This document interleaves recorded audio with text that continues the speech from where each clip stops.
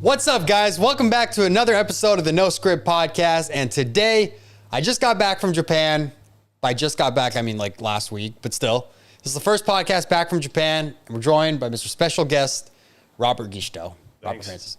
You're welcome. First time, big time listener, first time joiner. Weren't you on it 2 weeks ago?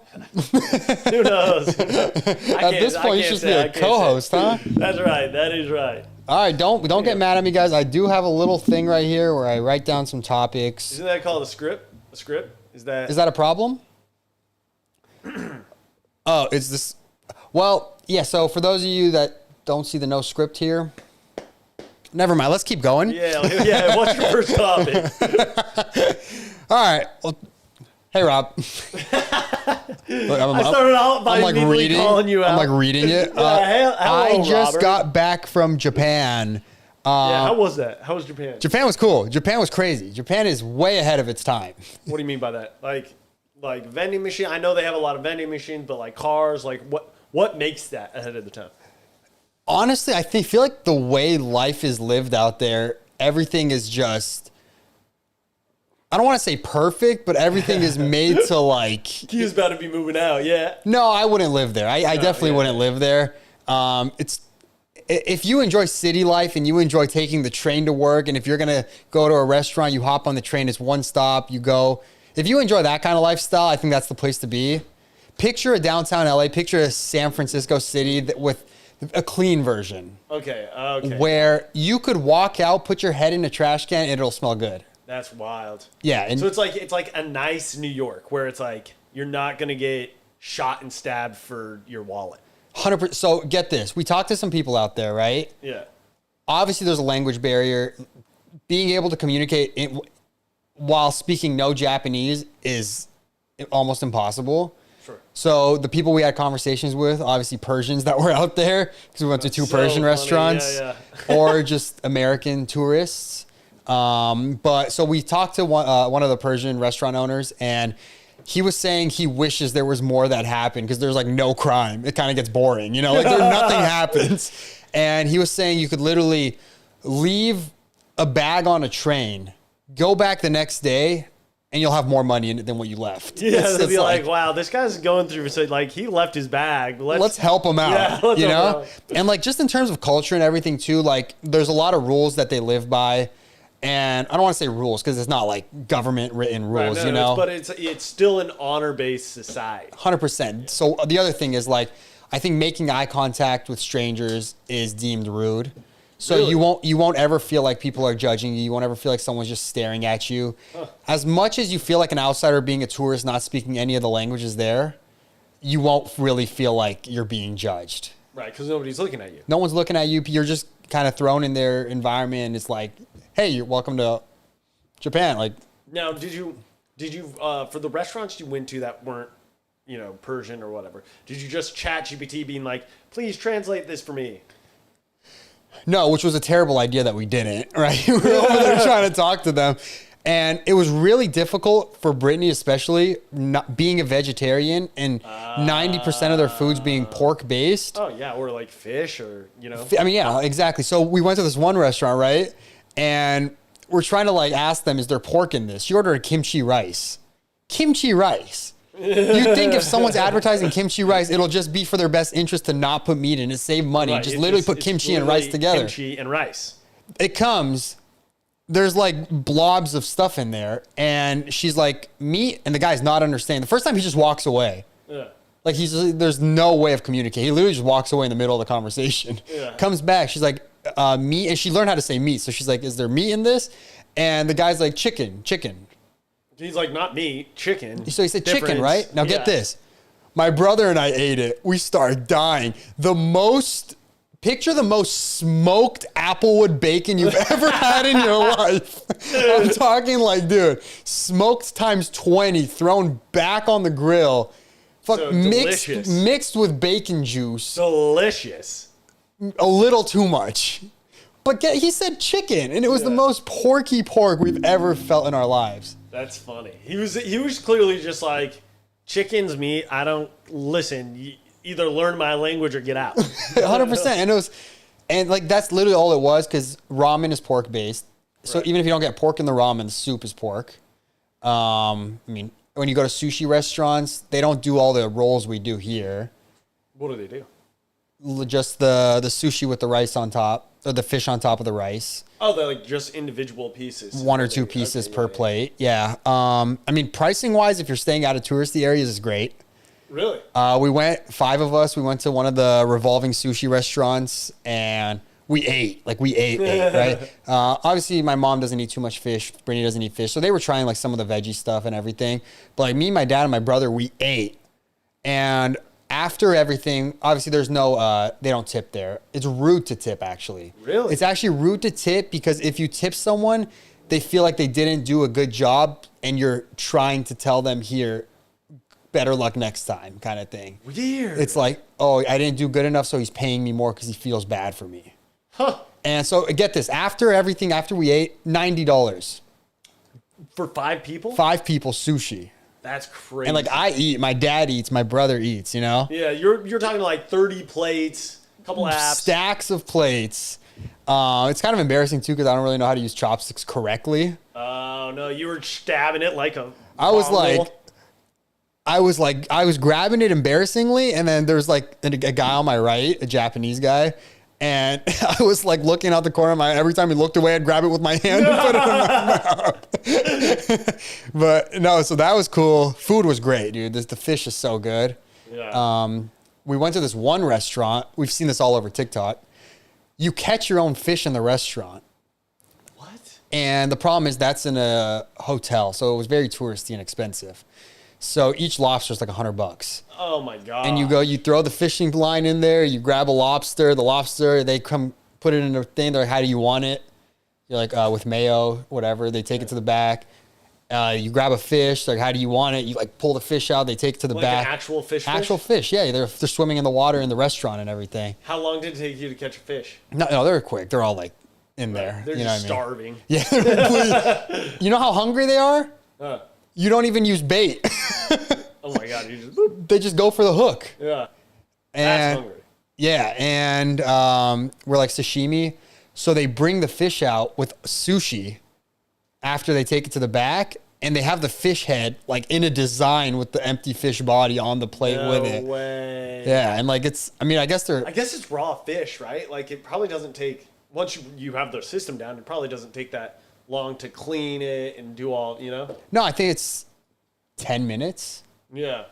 They charge a little more for sushi because I think they have to like cut it precisely and stuff. Now that you're talking about it, it's like super expensive. I'm assuming most of your servers spoke English too, right? Yes. Yeah. You're right. Yeah. No, I mean, if you're in like a 5-star hotel out there. Right. Everyone's going to speak English there, but who when from you're going like, like the average restaurant or bar to bar, they're just going to be like, I have no idea what you're saying. Exactly. Yeah. And I mean, those are the best ones too. My dad and I went to this ramen restaurant. Hour wait on like a Tuesday at 10 p.m. Just like a random day, you know? Wild. And you wait outside, then you go wait inside, and then you go to a screen. You order at the screen, you pay at the screen. It gives you a ticket. Then you go back into another line, and they're like, they bring you a piece of paper. And the piece of paper is like, pork, yes, no. This, yes, no. That, yes, no. It's all, you don't really have choices of food. It's all just one ramen, you know? It's like, do you want this or not? Yeah, and then you go sit down. Picture a bar library. You're at a bar, but speaking is rude. Oh, no way. And each person is in their own section. Not groups, person. So like I have 2 walls around me at the bar. Then it's my dad with 2 walls. And you're in your own little section. And there's nothing but a curtain in front of you. A tiny curtain. It lifts up. You just see like the waiters from like waist down. Grab your paper, close the curtain again. Open it, your soup comes out. Close the curtain. And when you're done, you leave. So it's like a VIP experience. Like I feel like if that was in the US, it'd be like the top celebrities come here to be 100%. Not seen, blah, blah, blah, you know? 100%. And dude, they're so nice out there. We're waiting in the line for an hour. We're at the front of the line, right? It's me and my dad. And they have like a whole system where like when a table opens up, a light pops up on the thing. One person left. And there was a light. Table 8 is open. It's just a one-person seating, right? In America, what are they going to do? They're going to be like, hey, anyone, one person, one person. Yeah, of course. They bring me and my dad a whole legit laminated folder with like both English, Japanese and English writing. They're like, read number 1, please. With all due respect, is it okay if we go look down the line to see if there's a person with 1 that could come sit at this table? Wild. And we're like, yeah, of course. Go to the next person until they reach a 1 person. Wow, that's odd. Dude, that's just a respectful culture. Right? Dude, in America, 1, we got 1 open. Anyone party for 1? And so I was like, me, he was here, I'll go. Yeah, and well, also how it would go is be like, all right, guys, we're a party of 4, but everyone split up into 1 so we can take this before anyone else. 100%. Yeah. And like, it makes me wonder, like, what if I said no? That table's, no one's going to sit there. Yeah. Right? Well, actually, what I bet would happen if you were like, no, they'd be like, all right, you have to come and sit at this place. I don't know, dude. Separated. I don't know. They were just too nice. I feel like they're like, okay. We'll just hope the one next to it opens up. Or they come kick one person out of that one and move us next to each other over there. That's so funny. Super iconic in Japan. There's this park where you can feed deer, you can snuggle with deer, you can pet deer. Did you go to that place? No, I didn't know about that. But we did go to monkeys. Oh, monkeys. We did. Feed the monkeys? You weren't allowed to feed them, but you could walk with them. You could be around them. Did you like hand and paw that? No, these monkeys did not seem like they wanted much to do with the humans. There was like one of the baby monkeys walks up to the humans. And when I say baby, I'm talking, dude, this big, right? I need to find someone real quick. Walks up to the people. The mom goes up to the people. Starts throwing a fit. Like the people are like running back, like, oh my goodness. Then as the mom is screaming, like these 2 monkeys go up on the roof. Like they start like getting in like battle position, dude. No way. Like they're like ready for action. And then the moms grab the kids. The moms are running away. And then you could tell like the dads are like on the roof. And ready to go to war. Ready to go to war. And then that was cool. That was by the bamboo forest. This is all in Kyoto, by the way. Kyoto was the very... And you went to a couple places. We went to Tokyo and Kyoto. Just a second. I'm finding... Oh, here we go. My experience and your experience...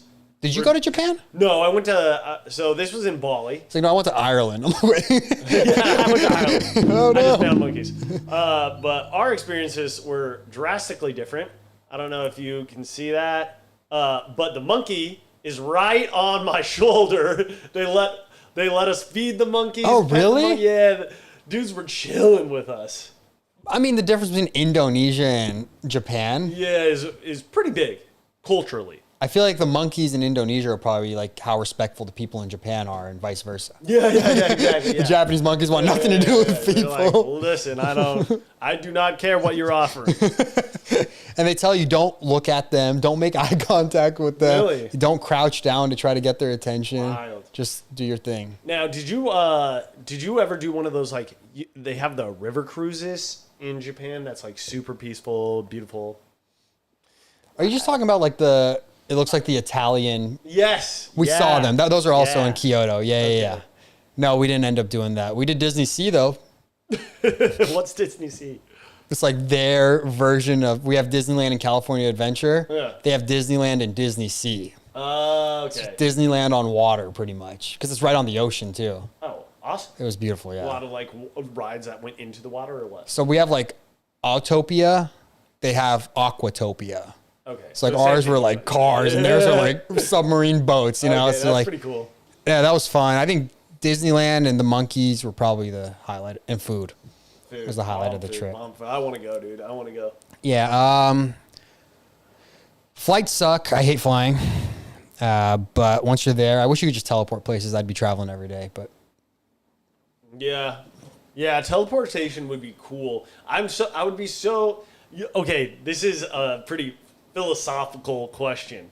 Okay. So say you can teleport, right? The whole concept of teleportation is all of the matter of your being like disintegrates pretty much and is reincarnated in another place, and you pop up, right? Okay. And you're like, oh, perfect. I'm here. I have all my memories. Whatever, right? Right. So there's this theory that even if teleportation is possible, you're being de-atomized and re-atomized is that still you at all? Or did they just kill a version of you and this new version is being reformed? Like, that's interesting. I didn't even think about how. Right? When you think teleportation, you still have your memories? I don't know. That's crazy. That makes you wonder, like, would I now want to teleport or just take the 18-hour flight? Right? Well, that's what I'm saying is like, because once I heard that, I was like, oh my gosh, how would you retain memories? Like, yes, all of your, let's say the identical atoms are blah, blah, blah, blah. They reassemble. You come back as a worm? Like a giant worm, though. Yeah. Just a man-eating worm. I don't know. That, like, when you think when I think teleportation, I just picture the cartoon. You walk in a portal and come out another portal. Yeah, exactly. But I guess to actually be able to do it, like, that's scary. I don't know. Or like a Star Trek teleportation. You know how they like beam them up? They like just de-atomize them and then they reappear. Is that like, now is that an instant thing? You just, yeah, it's instant. I don't know. That's scary. Like, boy, and I'm like, is it still you? Would it just feel like you just slept and woke up, or maybe? I don't know. Now, if they tested it, how many times would they have to test it for you to be like, okay, with no errors? With no errors? Let's say they tested it 200,000 times. If they tested 200,000 times. And 100 had problems. And, well, if they did 200,000 times and then they did like 20,000 people, I'd probably be like, all right, this is... So 20,000 people... Yeah. What if 50 had problems out of the 20,000 people? I wouldn't do it. 2 people had problems out of the 20,000. I would do it. What's that number? It has to be like below 1%. Okay. For something like that. 190? Isn't that below 1%? 20,000? Yeah. For things like that, it gets... here's the thing.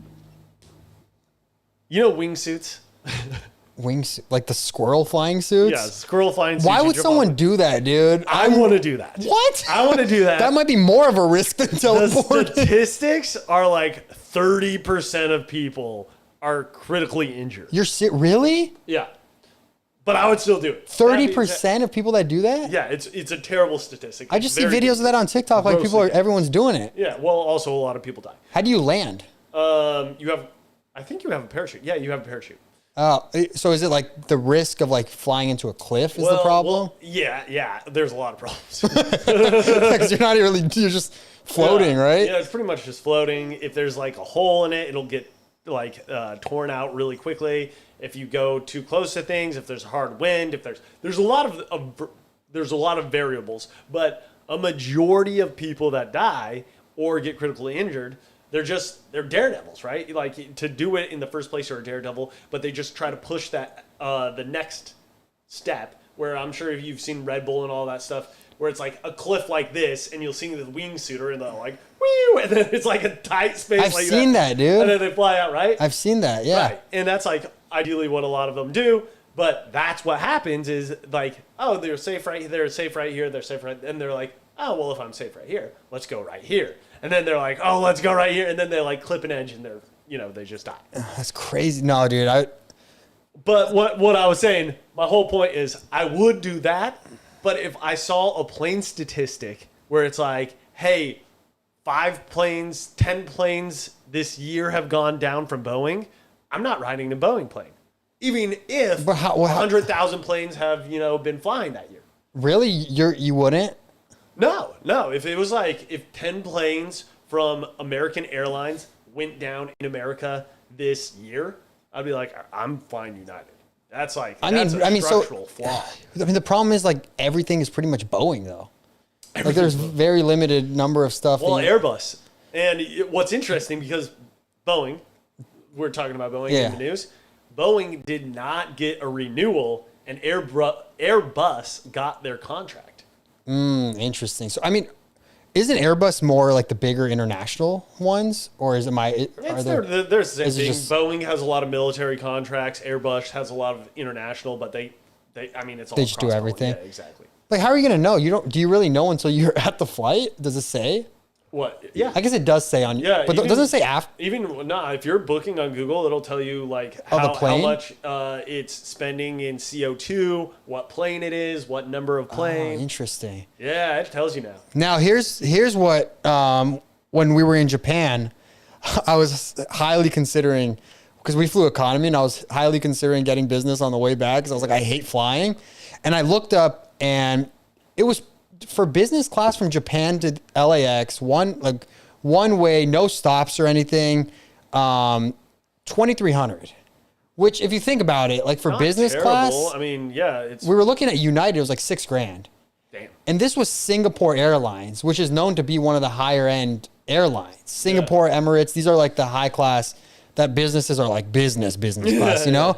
And it made me wonder, I was like, is this so cheap because Singapore Airlines had the whole accident of the turbulence with people getting like seriously injured on Singapore Airlines not too long ago. Maybe. So now that you're saying that, it makes me wonder, like, does this really play that big of a factor? Like, or like Malaysia Airlines. Do you remember the whole the disappearing one? Is that the one that disappeared?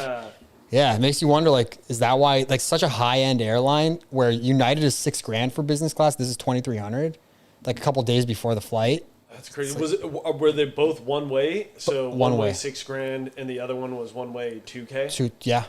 Huh. I don't know. Yeah. I kind of want to fly that though. I mean, and I also heard flying into LA is cheaper than flying out of LA. Is that true? Or is it vice versa? It's one or the other. I don't know. Either they want you to come or they want you to leave. I don't know. I do know though, a cool tip if you're flying internationally, if you change your like VPN to book in the country, it's quite a bit cheaper. So like if I'm going to France in a couple weeks, and if I wanted to book flights from France to UK or France, to wherever, if I book from where I am right now, it's going to be like, I don't know, let's say $700. But if I change my VPN to be in France and I book that same flight, it'll be like $300. Interesting. I think Brittany was mentioning something about her booking in the US because she went on a trip with some of her friends in Europe. And I think booking there is more, it was cheaper for her here or something, or one or the other. I don't know what it was. And the reasoning is, if you're booking like inter-country flights in a separate area, and you're like, if you're in the U.S. and you're booking inter flights in Japan or whatever, right?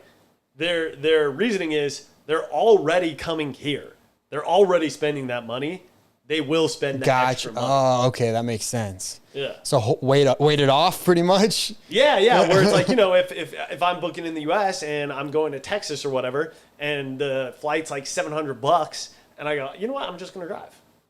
So they'll be like, all right, this person they're not gonna pay this. Interesting. We're gonna make the Texas flight $300 for them. But if you're in Europe coming to L.A. and you're like, oh, I'm not gonna rent a car to do that. Right. Interesting. Yeah. Dang. Okay, good to know. When you were on, what were you gonna say? No, what were you gonna? I was gonna go into a tangent. So you were talking about the teleportation and everything. I wanted to bring something up and I completely forgot. One of my friends, I won't name him because it's kind of silly. He is so big on the Chinese having an invisible cloak, and every video he sends me is the most obvious, like, green screen. Like, the guy's just holding a green screen in front of him and editing it out. Yeah. And I'm like, I keep trying to tell him. He's like, no, it's legit. It's legit. I'm like, dude, it's like, I guess China's been really big on having an invisible cloak or something like that. And Cloaking system. yeah, I wouldn't doubt, like, it's something, but, like, the videos I've been receiving from his end are...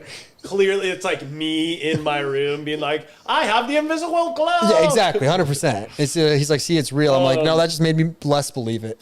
I do think that the cloaking technology is there, but it's like not great.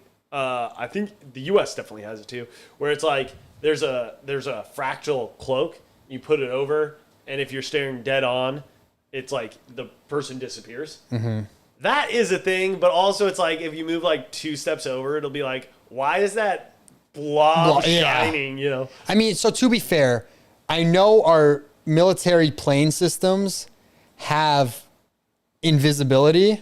Yeah. To like just cloak on what's behind them, pretty much. Exactly, like they're invisible to radar and stuff, just because they're. Oh my gosh. We're going on a journey on this podcast. I know, but I think it's interesting though. Like these planes you see that are just flying through the sky, we might never know. Other countries might not ever know, just because they're basically And it's paint. Yeah. They're painted to basically reflect every piece of light or anything that comes, so it just looks like nothing. It's crazy. And also, the U.S. just tested this, not just like a year ago, tested this technology in Ukraine. And what happens is like a jet or whatever it is, doesn't matter the vehicle, will shoot this bullet. And this like big, massive bullet. And the bullet will have like pretty much a computer in the bullet, and it will project 2 separate planes like side by side on it. Like, I don't know, 3 miles apart, 2, whatever it is, like a mile apart. Like a decoy system? So it looks like 3 on the radar. It looks like 3 planes are coming in. So what the Russians have been doing is they spend like, millions and millions of dollars of ammunition trying to shoot down these planes they can't see because they think it's cloaked drones, but really it's just this one massive bullet. So they'll like expend their entire, artillery trying to shoot down these planes they can't see when there's no planes at all. It makes you wonder, like, this is public. What's not public? Literally. This is the stuff the U.S. is like, well, I guess we can show them now. Yeah. Oh, my goodness. Yeah, it's scary.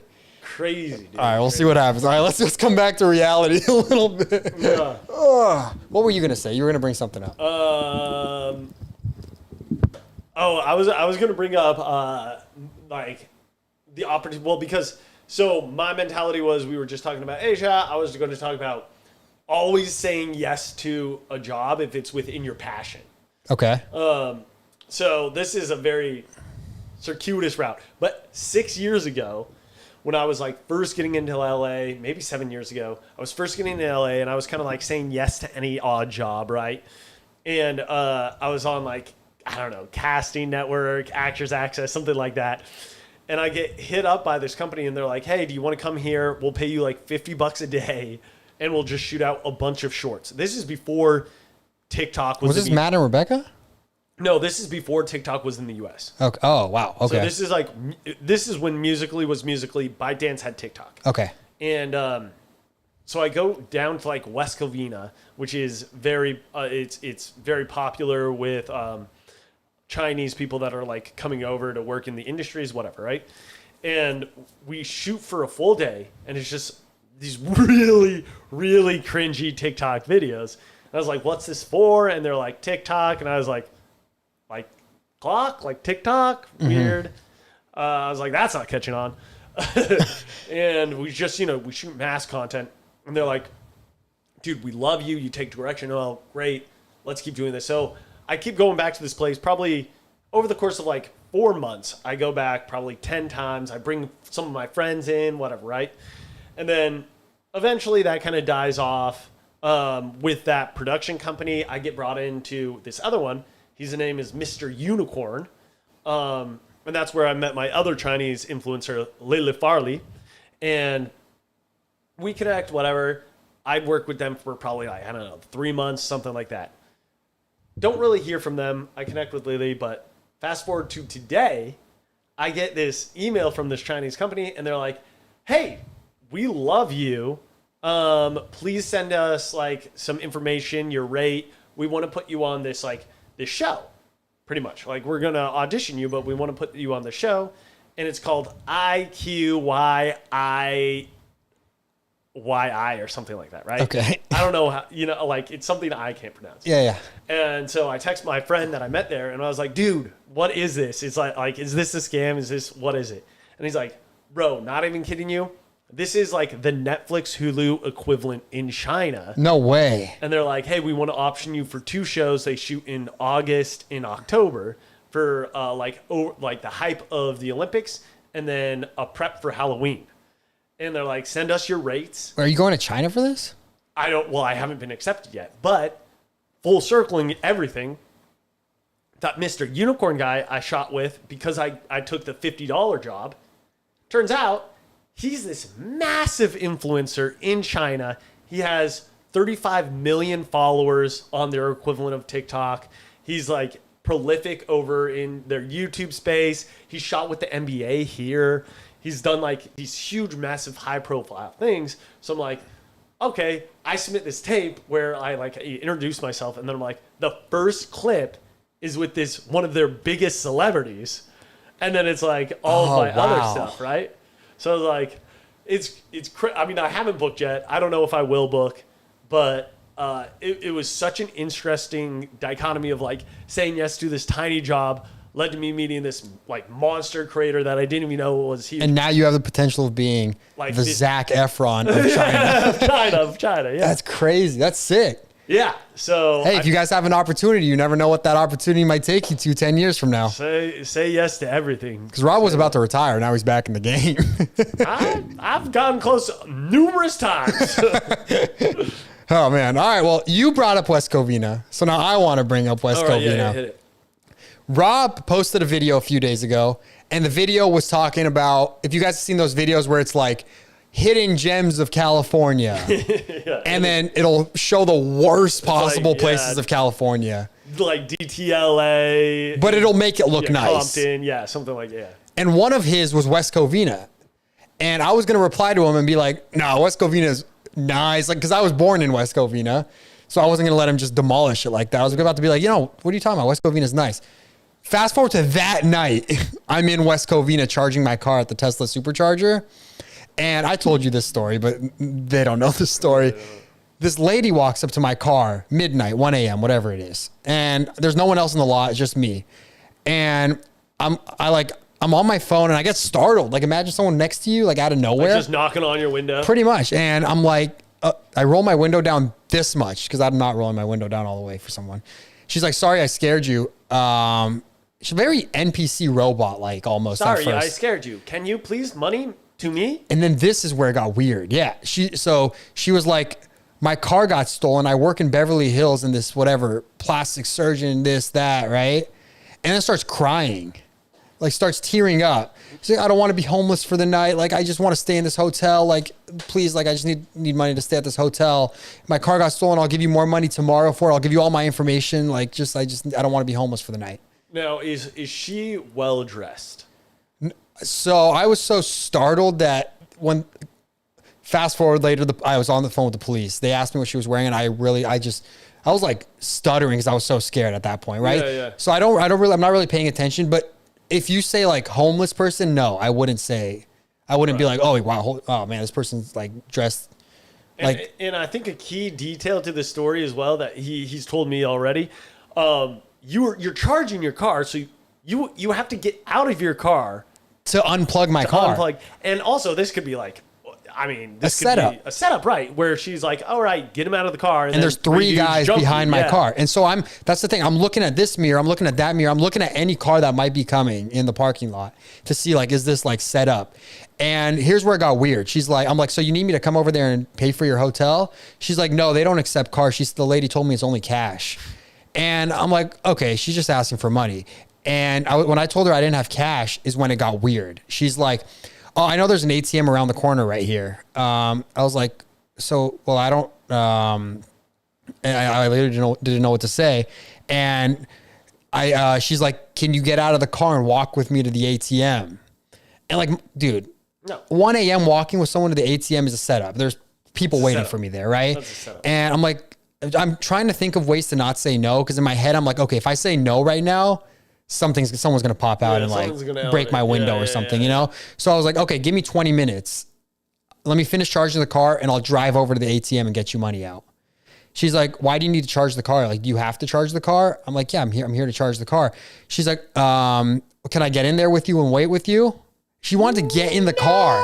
I'm like, no, I can't have you get in the car. She's like, oh, you're not going to come out here and talk to me while it charges pretty much? I'm like, I roll my window up at that point. And she's like, okay, I'll wait right here. Stands by my car. And like literally just like looking at so like, you know how the car has like the little side. Yeah. There's the glass, there's your window, and there's that panel. Yeah. I can't really see her because she's like now behind that panel. So I'm like trying to just look down and be on my phone. And I'm like, okay, I could either call Brittany, let her know what's going on, but then like I might as well call the police first, right? Yeah. So I call 911. Right when I start dialing 911 and click 911, she brings her face towards the window to see who I'm calling. No way. She's like, never mind, and runs off. That's dude, so I was like, oh my bro. goodness. So the cops answer now, and I explained to them what's going on. And usually, like, when you call cops and call cops in LA. Right. They're usually like, hi, okay, we'll get someone out there. We'll deal with it when we deal with it. This lady on the phone was so thankful I called.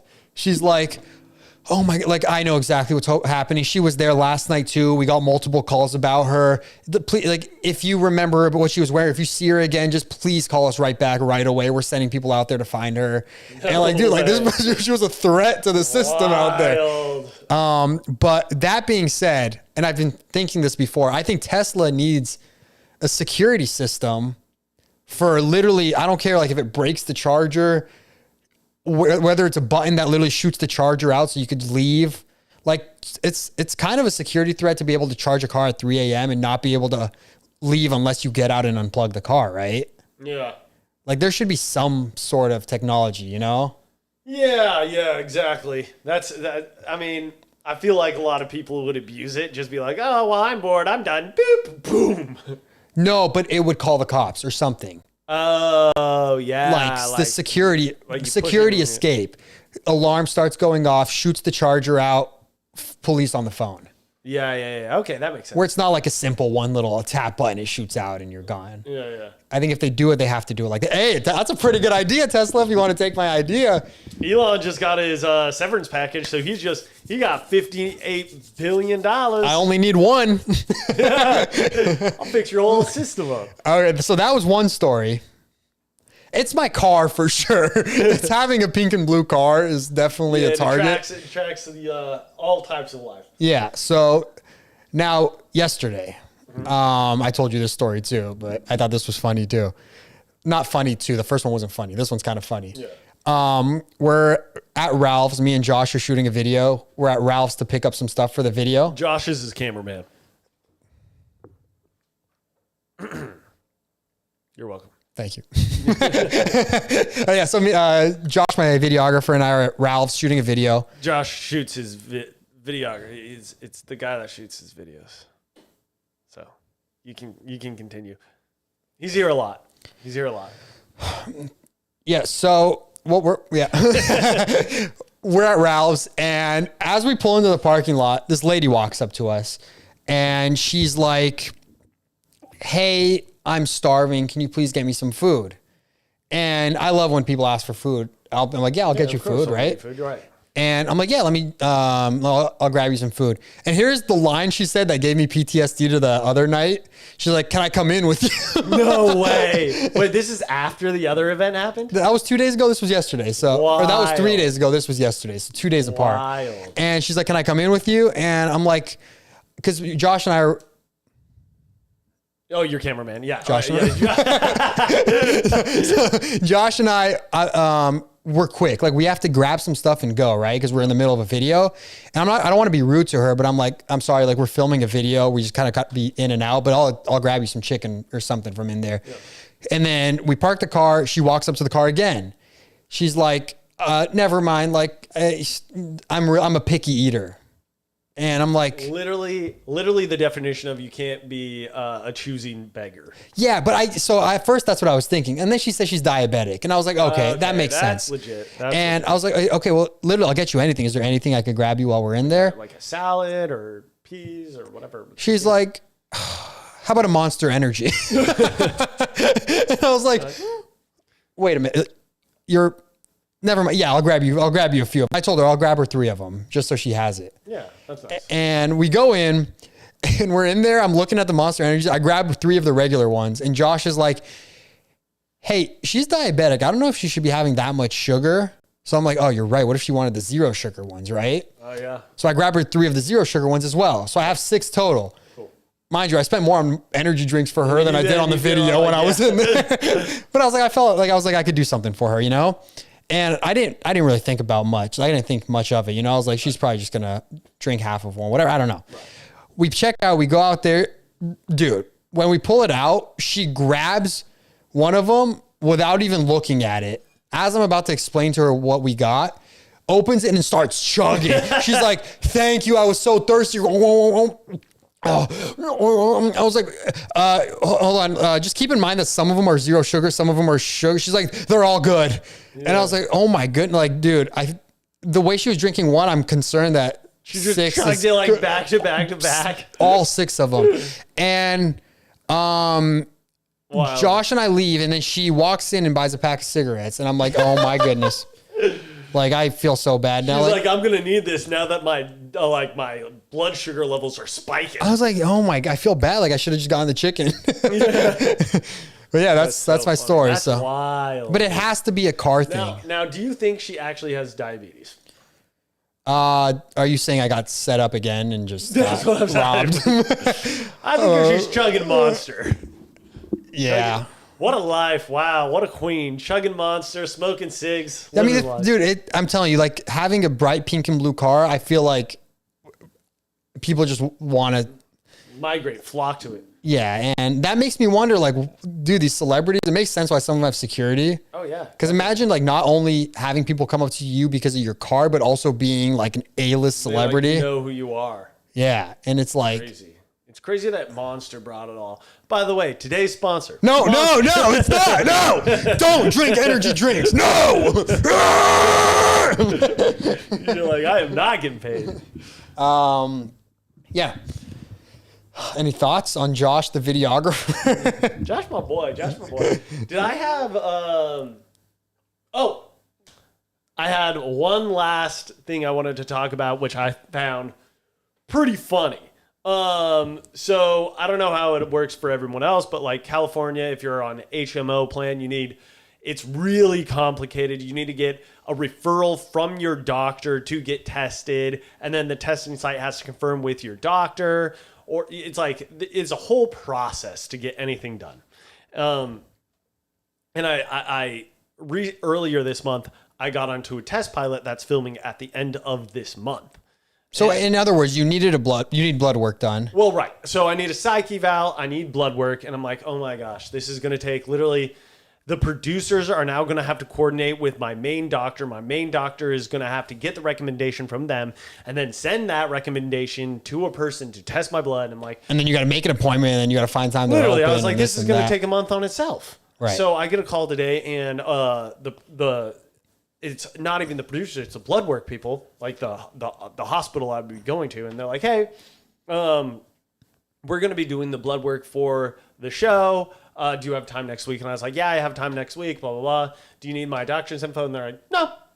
I was like, what? They're like, yeah. You're a contestant. Like, we have all your information. You're just going to come to us directly, get your blood work done, and we're going to send it to the network. I was like, oh. Okay, how does that, like, do I just come in? And they're Rob's famous. Yeah, literally. And they're like, yeah, it's going to be pretty busy about the time you come in, but we don't really want you to wait.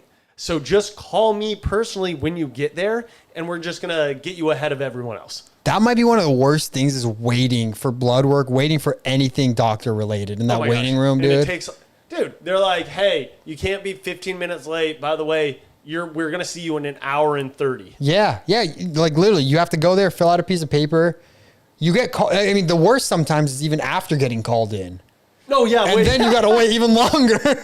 Yeah. You get called in. You wait an hour to get called in. And then they like test your blood pressure.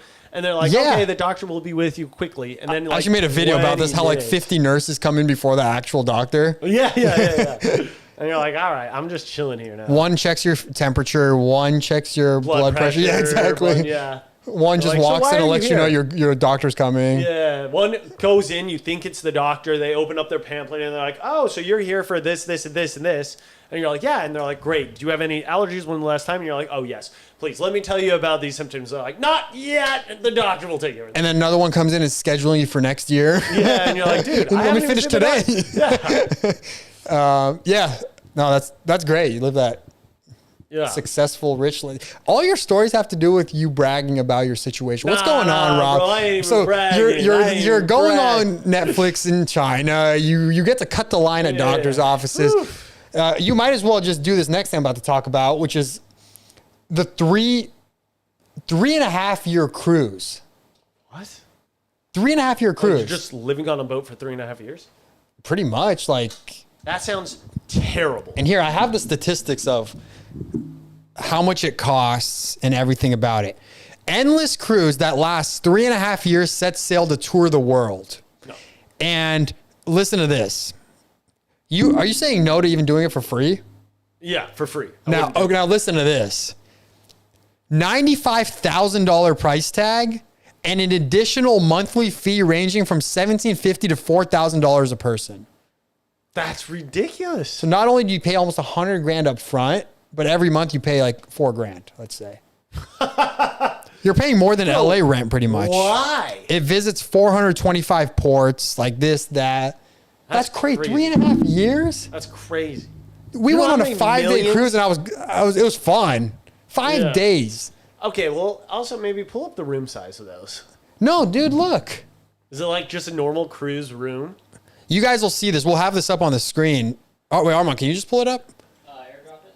Let me airdrop this so you guys could see Like, this too. if this was like maybe the only way I could see this doable is like if it's a king suite, the size of like a normal bedroom, something like that. Oh my goodness. Even then, it's like, dude, I was exhausted after a week, and I was like, dude, this is like not fun anymore. I'm just contained. Let me send this to there. All right, we're going to pull this up on the screen for you guys, and I'm going to show Robert. Or can we just have it there? So that's the restaurant. Okay. Look at the room at the bottom. No way. Dude. That for 3 years? There's 3.5 years. Go to jail. It's free. Literally. I do not, besides like you're paying way more than being in jail. Yeah, $100,000 and $4,000 a month. Who would do that? Live in LA. Give me the $100,000. We'll make you millionaires. Yeah, literally. Just come work for me. Come on through. That's crazy though. You have to just like be so bored with life and have so much money. So I mean, I guess the alternative argument is how much is a retirement home? If you've saved up your whole life and you're 80 years old, instead of going into like a retirement home. It can't be more than $100K. But I'm saying like at that point, if you have a lot saved up and you're like, I could either pay half of this and go into a retirement home, or I could just splurge because I haven't really splurged my whole life, or I have the money to do so. Yeah, that's true. And just go for 3.5 years of my life on a cruise with my significant other kind of thing, you know? Like, yeah, that's true. Maybe just rent out you can't make any money back, even if you ran out your. It's bad that we're trying to justify. The only way we could justify it is if you're dying soon. Yeah, you're a dying multimillionaire. Is the only way we're justifying this trip. So, if you're a dying multimillionaire, come consult with us. We'll get you hooked up. We'll hook you up after you pay us. How much would that be? Hold on, let's do some math. Let's say it's on the higher end of $4K a month. $148,000 overall. Yeah. $4K a month. Yeah, you're right. You're right. Wow. Yeah, 150G is just down the drain for nothing. 425 ports is crazy. It doesn't make sense over the span of 3 years. I guess port a week or something. Is it? I don't know. It's okay. So 365. Yeah, you're right. It's like a port every week and a half kind of thing. 3 is like what, 1,000 pretty much. And there's how many? 425. 4. Okay, so wow. If there's 1,000, roughly 1,000 days, and you're going to 400 ports. Damn, dude, you're doing a port like every 3 days. I mean, I guess it kind of helps. You get to get off and see life. Life, right? Yeah, exactly. Now, I wonder what the staff does. So that might also be like they get off every 4 months or something. Yeah. So like, let's say the staff, because I think even like current staffs, when we like me and you, like let's say we go on a cruise, like the staff might be the same as the staff that was there 2 months ago. Oh yeah. And they're on like a 6-month thing, right? Well, when I first started in LA, I was looking up a lot of like those acting gigs on cruises because they pay a lot of money. But you're on water. You're on that boat for like 3 to 4 months, and then you get the rest of the year off, kind of thing. Yeah. I mean, you get the option or whatever. So I guess I thought staff, maybe like entertainment's different. I thought staff was like 6 months on, 6 months off, or like 8 months on and I think 4 that's months what it is. off, Yeah, or something like that. I think it is with staff, which is kind of crazy, dude. Yeah. I mean, that is. No, I couldn't do that. I couldn't do it. It's a different lifestyle. All right. Let's talk about the last thing I wanted to bring up was how are we looking on time? We're about 50 minutes. Elon Musk, who seems like anything that is even thought of when it comes to technology, he's on board. He's on board and he'll AI, make happen. Mars, whatever. And it was interesting to me. I saw an interview where he was saying he's not really fully behind the idea of flying cars even happening because of the fact of there's no way to make a flying car without making a lot of noise or a lot of this and that. And like, he's like, if you want a flying car, just put wheels on a helicopter. You know, like how are you supposed to make a quiet flying car? There's no way. Because you think about everything that flies right now. Right. And it's all really loud. Dude, some dude using ChatGPT is going to invent this in 5 years and be like, this is a silent flying car. Also, how would that work? I have no idea. Not the silent part of it. Like, are you setting up roads before you set up cars? Like, are you... Right, like airway system where it's like, it can't be flying at the same height of planes. No. Because then there inevitably crashes. Then you can't really use drones ever again, right? Like, can you just... Oh, you're right. I forgot about drones. Because, like, drones are pretty much free game in certain areas. Pretty much anywhere besides, like, federal. So what are you banning first, drones or cars in that area, you know? Yeah, interesting. Like, that seems more of a risk than, like, dude, you could get in a car accident right now and it'll be an okay car accident. Right. Can you get in a flying car accident and it'd be an okay car accident? You know what would actually, that's a good point. What would have to happen is like, maybe a flying car, but then like they have to have like ejection seats, you know? That's so terrible. Like you go bumper to bumper right now, sometimes there's an accident where they're like, you're good, just go. If you go bumper to bumper and you accidentally hit someone, you go flying out of your seat, dude. There's no way. Like, I don't get it. I don't know. I'm curious to see how it's going to work, if it's even a thing. Yeah. Or what's the demand, right? The demand, I guess, right now would be to avoid traffic. Right. Yeah. And then the other thing is, like, would it just be self-flying? Right. And then that goes into the conversation of, I personally, at where we're at right now, having a self-driving car, I don't trust the fully self-driving taxis with no person to take over. Yeah, damn, that actually opens up a world of trouble. Because also it's like, not for nothing, terrorist attacks would be a lot easier. I don't know. I like, you see these what's it, Waymo? Yeah, You see the Waymo taxi? Yeah. Do you trust that? Sure. Really? Yeah. Nah, dude. My car drives itself and I would not trust the Waymo. I don't know if I would trust it on the freeway. Yeah, oh no, for sure. I guess guess like San Fran, in the city limits, stuff true. like that. I pop in, I don't care. Did you see the video of the cop with the Waymo? Oh yeah, trying to pull it over and it was like, no. Or I don't know. Yeah, that was it. The one with like the construction zone. Oh no, I was talking about the girl in the back, and the cop's like, pull over, and she's like, it's not my car. Oh, I saw one with like a construction zone with like the cop telling the car to go around, and the car's just stopped. Oh my gosh. And like, yeah, like I don't know. Yeah, and like definitely problems. Like I like the self-driving feature on the Tesla. I think it's great. Yeah. It's just like, it's kind of scary sometimes, you know? Right. Not that anything's ever gone wrong. It's just like the thought of it, you know, like. Could go wrong. It's like, I'm not driving this and I'm not in control of other cars, you know? Yeah. I saw this movie recently. I forgot what it's called. It was really good though. And the whole premise is this dude is in an autonomous car and it's like speeding down the freeway. And there's like traffic up ahead or something like that. And he's like, it gets hacked. The car gets hacked. And he's like, yo, slow down. And it's like, no, we're going to speed up, blah, blah, blah. And then it like, boom, crashes. And it gets like destroyed. Oh, man. Hackers taking over all the cars. Yeah. It's like, if they can hack into banks, I'm sure they could hack into a car. I don't know. We'll find out. We'll see where the world is. My prediction, flying cars are somehow going to happen in 30 years. All right. We'll be alive to see it. I'm turning into a robot, so I'll definitely be around. Okay. I was going to say, we? But if you're going to be a robot, all right, I hear you. But anything else? That's it. That's capped out for me. Josh is the videographer, by the way. Thank you, Josh. I got you. Thank you guys so much for watching. I hope you guys enjoyed this video. If you guys enjoyed this one, make sure you guys, I'm looking at the wrong camera. make sure you guys hit the subscribe button, become a member. Members get all kinds of exclusive access. They get behind the scenes of my videos. They get to leave really cool comments. They get cool emojis. I will see your comments first above everybody else's. So if you guys enjoyed, become a member. Thank you guys for watching. Thank you, Mr. Robert, for being on today's episode. My pleasure. I'll see you guys on the next episode of the No Script Podcast. Peace.